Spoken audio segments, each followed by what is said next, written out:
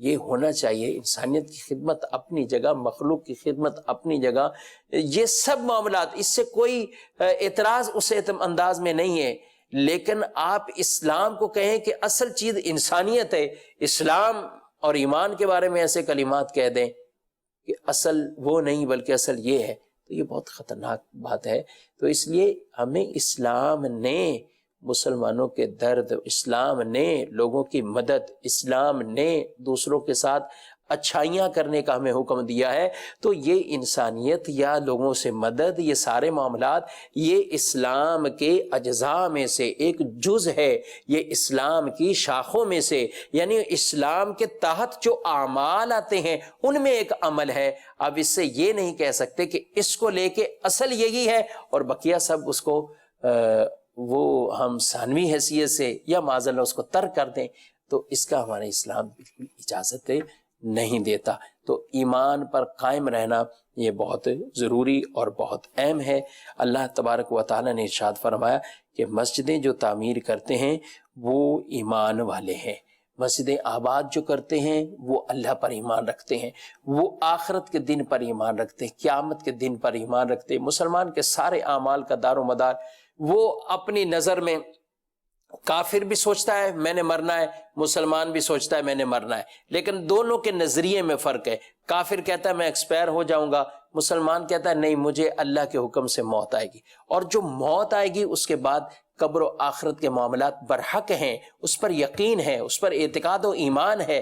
پھر حشر کے دن پر، قیامت کے دن پر، یعنی ہم جو ہے والبعث بعد الموت، پھر اٹھائے جائیں گے مرنے کے بعد، تو اس پر اس کا سارا ایک ایمان ہے، اعتقاد ہے، اس نظریے کے تحت وہ اپنی زندگی گزار رہا ہوتا ہے. تو آخرت، دنیا میں جو کماتا ہے، دنیا میں جو کرتا ہے، نیکیاں کماتا ہے، نیکی کے کام میں، کیونکہ دنیا دارالعمل ہے، دنیا دارالعمل ہے اور آخرت دارالجزا ہے.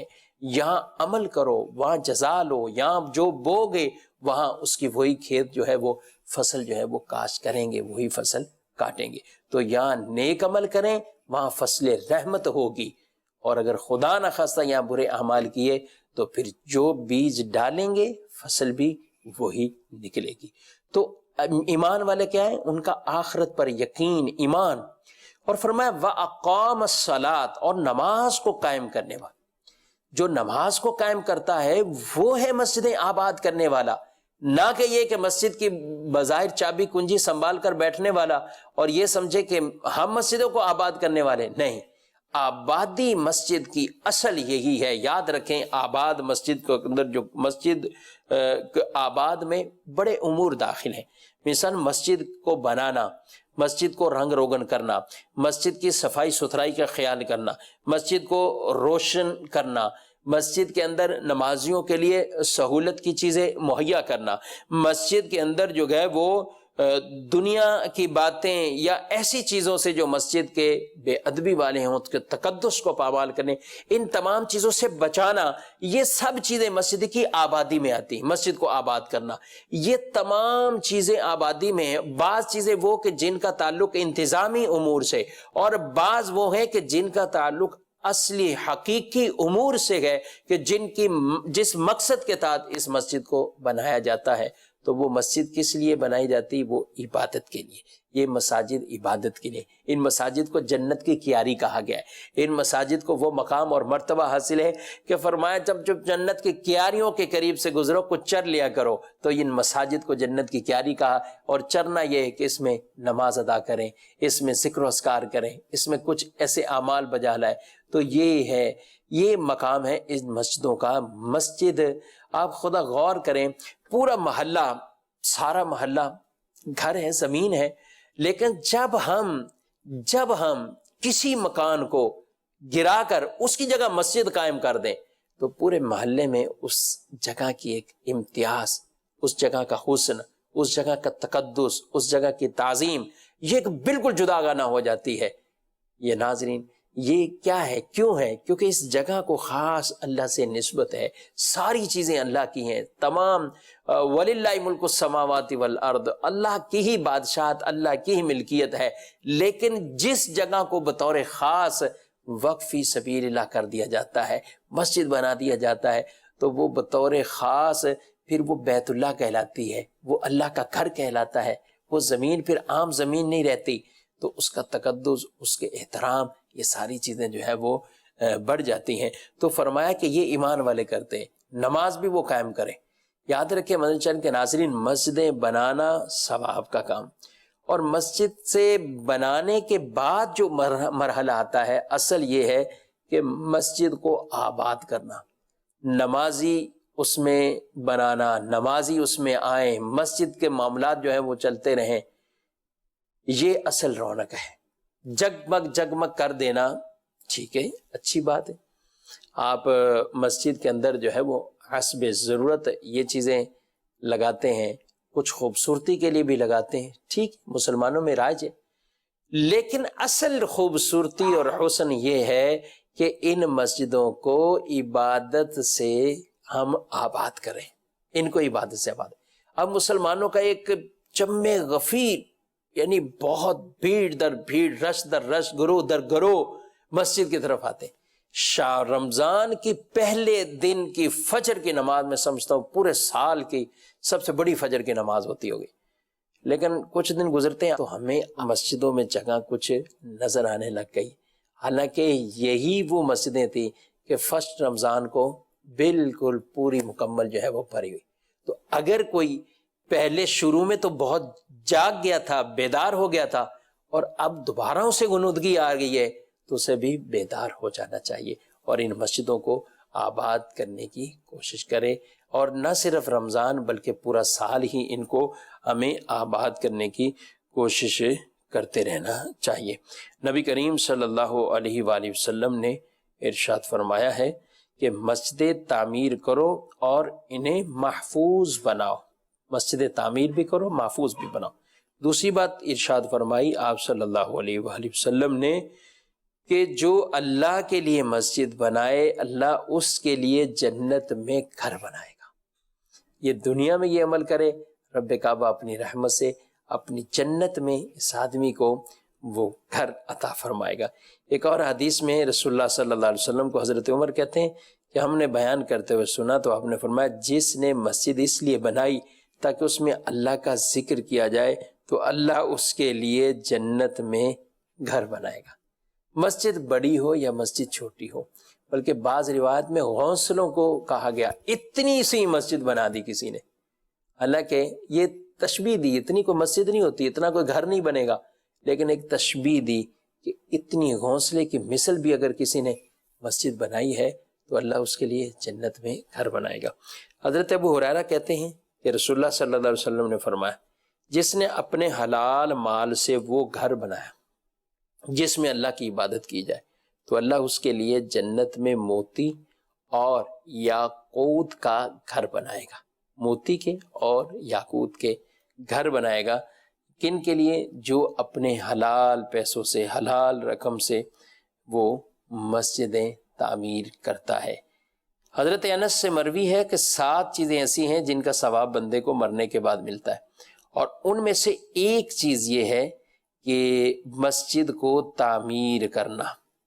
ایک چیز یہ ہے کہ مسجد کو تعمیر کرنا، یہ مسجد بنانا یہ بھی ثواب کا کام، پھر بنانے کے بعد اس مسجد کو آباد کرنا، بنانے والوں کی بھی فضیلتیں بیان کی گئیں اور بنانے کے بعد اس مسجد کو آباد کرنے والوں کی بھی فضیلتوں کو روایات میں بیان کیا گیا۔ جو مسجدیں بناتے ہیں نہ صرف بناتے بلکہ ان کو آباد بھی کرتے ہیں۔ حدیث میں ارشاد فرمایا گیا کہ اللہ والے ہی مسجد کو آباد کرتے ہیں، اللہ والے ہی مسجد کو آباد کرتے ہیں، اور جو شخص مسجد سے محبت کرے اللہ اسے اپنا محبوب بنا لیتا ہے۔ جس آدمی کو مسجد سے محبت ہو اللہ اسے اپنا محبوب بناتا ہے۔ اور ثواب کتنا؟ نبی پاک صلی اللہ علیہ وآلہ وسلم آپ نے ارشاد فرمایا، مرد کی نماز مسجد میں جماعت کے ساتھ گھر اور بازار میں پڑھنے سے 25 درجے زائد ہے، 25 درجے۔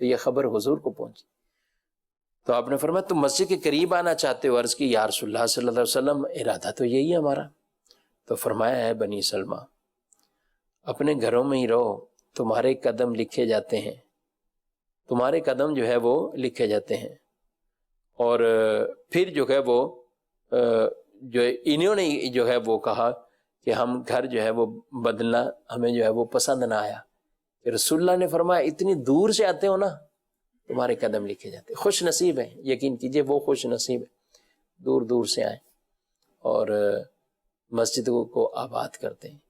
قریب والوں کا حق زیادہ ہے اور ان پر شریعت کی طرف سے وجوب مؤکد، بلکہ اصل وجوب ہی ان پر ایک طرح کا جو مسجد کے اقربا ہوتے ہیں، تو وہ قریب قریب مسجد کے ارد گرد رہنے والے، کچھ ہی تھوڑا سا دور رہنے والے، جہاں مسجد کی اذانیں پہنچتی ہیں، آوازیں پہنچتی ہیں، تو ان پر لازم ہے کہ یہ مسجد کی جماعت کو اہمیت دیں اور مسجد کے اندر جو ہے وہ آ کر نماز پڑھیں۔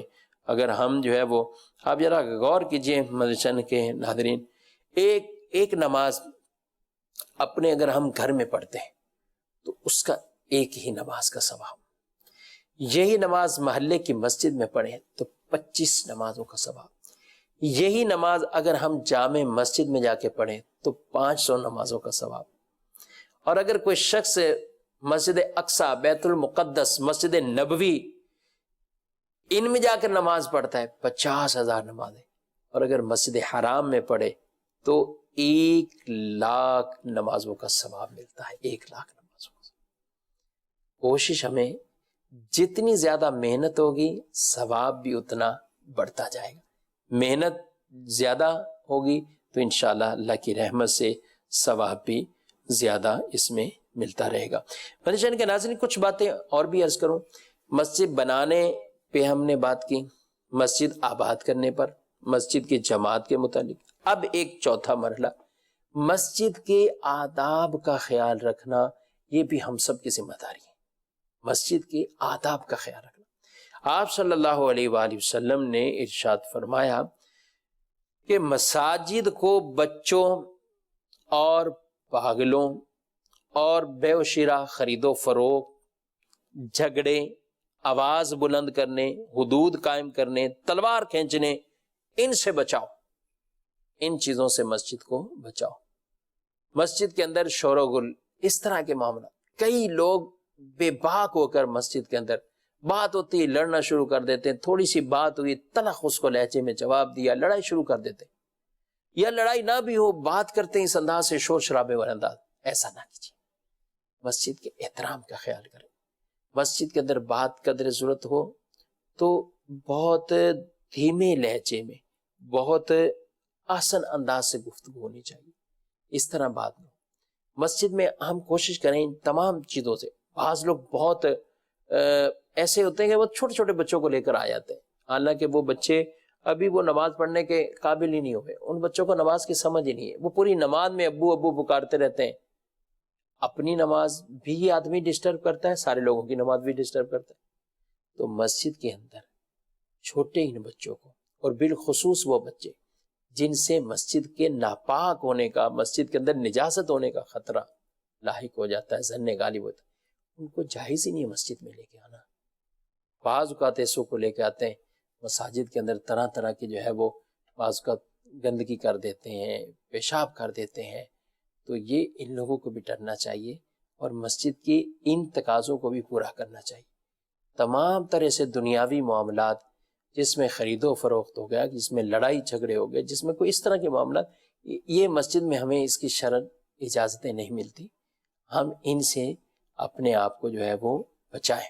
لوگ مسجد میں بیٹھے ہوتے ہیں، موبائل فون لیا ہوا ہے، وہیں اپنی دکان والوں سے بات کر رہے ہوتے ہیں اور ڈیلنگ کر رہے ہوتے ہیں، نہیں، ان چیزوں سے مسجد کو جو ہے وہ ہمیں محفوظ رکھنا ہے، اور انشاءاللہ اللہ کی رحمت سے بہت زیادہ اجر و ثواب پائیں گے جو ان پر عمل کرے گا۔ رسول اللہ صلی اللہ علیہ وسلم نے ارشاد فرمایا، جو بندہ ذکر یا نماز کے لیے مسجد کو ٹھکانہ بنا لیتا ہے تو اللہ اس کی طرف نظر رحمت فرماتا ہے، اللہ اس کی طرف نظر رحمت فرماتا ہے۔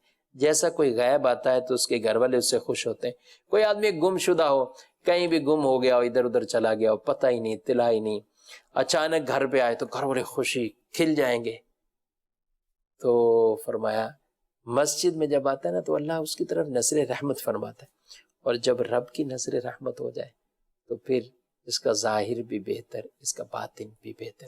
اللہ کریم ان مساجد کی اہمیت کو ہمیں سمجھنے کی توفیق عطا فرمائے اور مسجد آباد کرنے کی بھی توفیق عطا فرمائے. الحمدللہ دعوت اسلامی کا ایک باقاعدہ شعبہ خدام المساجد کے نام سے مجلس ہے کہ جس میں سالانہ جو ہے وہ سینکڑوں کے حساب سے مساجد تعمیر ہونے کا سلسلہ ہے. آپ بھی چاہتے ہیں کہ میں کچھ مسجد بناؤں، اور اگر آپ کی مالی اتنی گنجائش نہیں کہ آپ کسی بڑے شہر میں زمین خرید کر مسجد بنا سکتے ہیں، آپ آگے بڑھیں، قدم بڑھائیں، اپنی دعوت اسلامی کے ساتھ اس مجلس سے رابطہ کریں. آپ کو دور دراز کے کئی ایسے علاقوں میں جہاں عاشقان رسول کی مسجدیں نہیں ہوتی، مسجد کا قیام کرنا ہوتا ہے، کیونکہ دعوت اسلامی جہاں مسجد بناتی ہے تو پھر صرف اس مسجد کی بلڈنگ عمارت کھڑی نہیں کرتی، اس کے رنگ روغن پر توجہ نہیں کرتی، بلکہ یہ چیزیں کرنے کے ساتھ ساتھ پھر اس مسجد کے اوپر جو ہے وہ اس مسجد کو آباد کرنا، وہاں سے قرآن پڑھا جائے، قرآن پڑھایا جائے، وہاں پر نمازیں پڑھی جائیں، نمازیں سیکھی جائیں، دین کے احکام سیکھے جائیں، پھر اس مسجد سے بھرپور وہاں عاشقان رسول فائدہ اٹھاتے ہیں اور اپنے دلوں کو روشن اور منور کرتے ہیں. اللہ کریم رب العزت جل وعلا دعوت اسلامی کے ان مدنی کام اور مدنی شعبہ جات کو بھی مزید ترقیاں عطا فرمائے. ہمیں بڑھ چڑھ کر اس کے ساتھ ہر طرح کے مالی تعاون کرنے کی بھی توفیق عطا فرمائے. اللہ کریم ہم سب کا حامی و ناصر. آمین بجاہ نبی امین صلی اللہ علیہ وسلم. سنو قرآن